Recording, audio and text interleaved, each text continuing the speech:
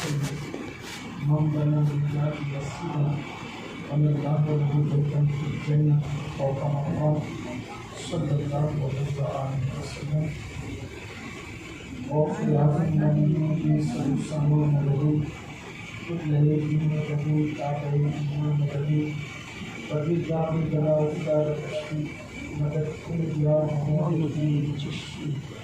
الصلاة والسلام عليك يا رسول الله. الصلاة والسلام عليك يا رسول الله. الصلاة والسلام عليك يا نبي الله. الصلاة والسلام عليك يا نبي الله. الصلاة والسلام عليك يا حبيب الله. الصلاة والسلام عليك يا حبيب الله. وعلى آلك وأصحابك يا نبي الله. وعلى آلك وأصحابك يا نبي الله. صلى الله تعالى عليه وسلم. صلى الله عليه وسلم. کام بولنے دیجیے ان کو راضی کریں، ان کو نام رضا ان کے کرم یہ ہماری اور آپ کی مشترکہ خوش نصیبی ہے کہ ہم نے اس مسجد میں پہلی نماز باجماعت ادا کرنے کا شرف حاصل کیا. قیامت تک انشاءاللہ ہم لوگ اس مسجد میں نماز پڑھتے رہیں گے، لیکن جو پہلی نماز کا شرف ہمیں ملا ہے اب یہ شرف بات والوں کو اس مسجد کے حوالے سے نصیب نہیں ہو سکتا. مسجد کا افتتاح بڑی اہمیتوں کا حامل ہوتا ہے. جب مسجد کی بنیاد رکھی جائے یا مسجد کا کام مکمل ہو تو اس وقت جتنی دعائیں کی جاتی ہے وہ فوراً قبول ہوتی ہے. سبحان اللہ. اس لیے بزرگوں کا طریقہ یہ تھا کہ جب مسجد کا کام مکمل ہوتا تو جو سب سے اہم دعا ہوتی ہے اس وقت وہ اس دعا کو مانگا کرتے ہیں. جیسے حضرت ابراہیم علیہ السلام جب کعبے کی تعمیر کی اور کعبے کی تعمیر مکمل ہو گئی تو ابراہیم علیہ السلام نے عرض کیا ربنا تقبل منا انک انت السمیع العلیم. اے میرے رب یہ میرا چھوٹا سا کام تو قبول کر. قبولیت کی دعا کی. اللہ نے فرمایا یہ کام میں نے قبول کیا، تم نے بڑا کام کیا میرے خلیل. جو مانگو مانگو، جو مانگنا ہے مانگو، دے دیں گے. تو ابراہیم علیہ السلام کے پاس تو سب کچھ بھائی نبوت ہے تو اس سے بڑی چیز کیا. پھر خدا نے خلیل بنایا، بہت قربانیاں دی اللہ کے لیے.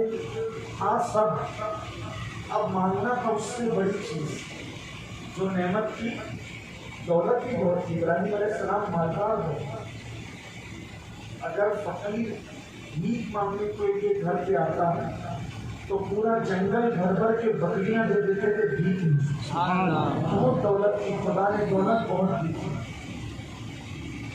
جو ہم تسبیح تراویح پڑھتے ہیں، تراویح کے 4 رکعت میں جب ہم بیٹھتے ہیں سبحان الملک القدوس یہ جو تسبیح ہم پڑھتے ہیں، اس تسبیح کو فرشتوں کو دیکھا کہ وہ پڑھ رہے ہیں، حالانکہ وہ انسانی بھیس میں تھے.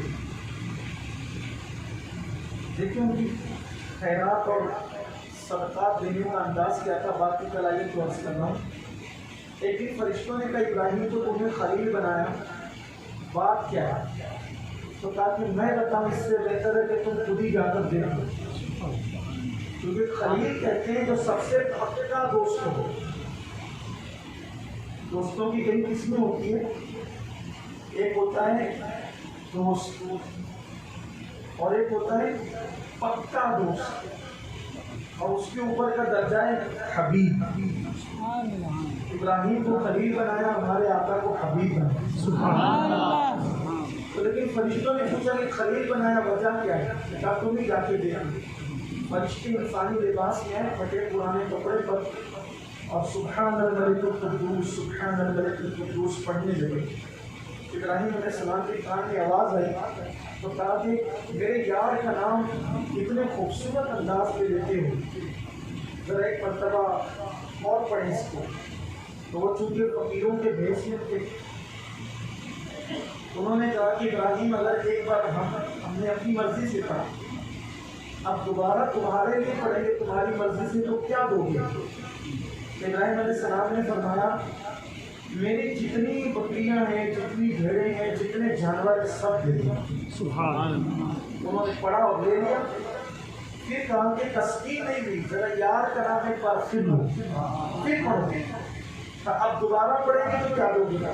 کہ میرا گھر، میرے سارے غلام سب دے دو۔ پھر انہوں نے اس کے اچھے کہا کہ پڑھنے والے فرشتے تھے، سننے والے تھے، اور اچھا پڑھا۔ اب پڑھا تو اور ایک آگ لگ گئی دل میں، اس لیے کہ رب کی محبت کی نشانی یہ ہے کہ جب رب کا ذکر کیا جاتا ہے تو محبت والوں کے دل میں اور آگ بڑھتی چلی جاتی ہے، اور آگ لگ گئی۔ پھر کہنے لگے کیا اچھا پڑھتے ہو، میرے رب کا نام کتنا اچھے انداز سے لیتا، ذرا ایک بار اور پڑھ دو۔ بھائی ابراہیم پہلی بار میں تو سارے جانور دیتی ہے، دوسری بار میں گھر اور سارے غلام دیتی ہے، اب تیسری بار کیا دو گی؟ تو ابراہیم خلیل کہتے ہیں یار کہاں ایک بات سنا دو، یہ سب سنبھالنے کے لیے تمہیں کوئی بندہ تو نگرانی کے لیے لگے گا، اپنے آپ کو بھی تمہیں دے دوں۔ تب فرشتوں نے کہا خلیل ایسے ہوتی ہے، خلیل کی شان تو سب تھا، دولت کی، غلام تھے، جانور تھے، سب بہت اعلیٰ سے اعلیٰ۔ اللہ نے کہا مانگو کیا مانگتے ہو؟ عرض کی مولا تو نے مجھے بتایا ہے کہ تیرا آخری نبی ہوگا اور اس کی خاطر تو نے کائنات بنائی، انبیاء کو نبوتیں دی، سب کچھ دیا، تو اس نبی، وہ نبی کسی نہ کسی کی اولاد میں سے تو ہوگا، تو میں یہ چاہتا ہوں کہ وہ نبی جو آخری نبی تیرا محبوب ہے وہ میری اولاد میں پیدا ہو۔ اللہ نے فرمایا کہ آپ کو یہ نعمت عطا کر دی ہے۔ تو جب مسجد کی تعمیر مکمل ہوتی ہے تو ابراہیم علیہ السلام نے بتا دیا کہ دعائیں فوراً قبول ہوتی ہیں، اس لیے اس دن بڑی سے بڑی دعائیں مانگی۔ تو آپ نے مسجد ماشاءاللہ تعمیر کی، اگرچہ یہ پتھرے کی ہے، مسجد کیسی ہے یہ نہیں، مسجد گھاس پھوس کی بھی ہو تو وہ مسجد مسجد ہوتی ہے، چھوٹی بڑی مسجد کا کوئی معاملہ نہیں ہے۔ اللہ کے رسول صلی اللہ علیہ وسلم فرماتے ہیں اگر کوئی چڑیا کے گھونسلے کے برابر بھی مسجد بنائے تو اللہ اس کے لیے جنت میں محل تعمیر کرتا ہے۔ اور مسجد بنانے سے حضور کو خوشی اتنی ہوتی ہے، مسجد بنانے سے کتنی خوشی ہوتی ہے اس بات کا اندازہ لگائیں۔ ایک دن اللہ کے رسول علیہ السلام مسجد نبوی میں تشریف لائے تو دیکھا کہ مسجد میں چراغ جل رہا ہے، مسجد میں چراغ جل رہا ہے، چراغ روشن ہے اور مسجد میں روشنی ہے۔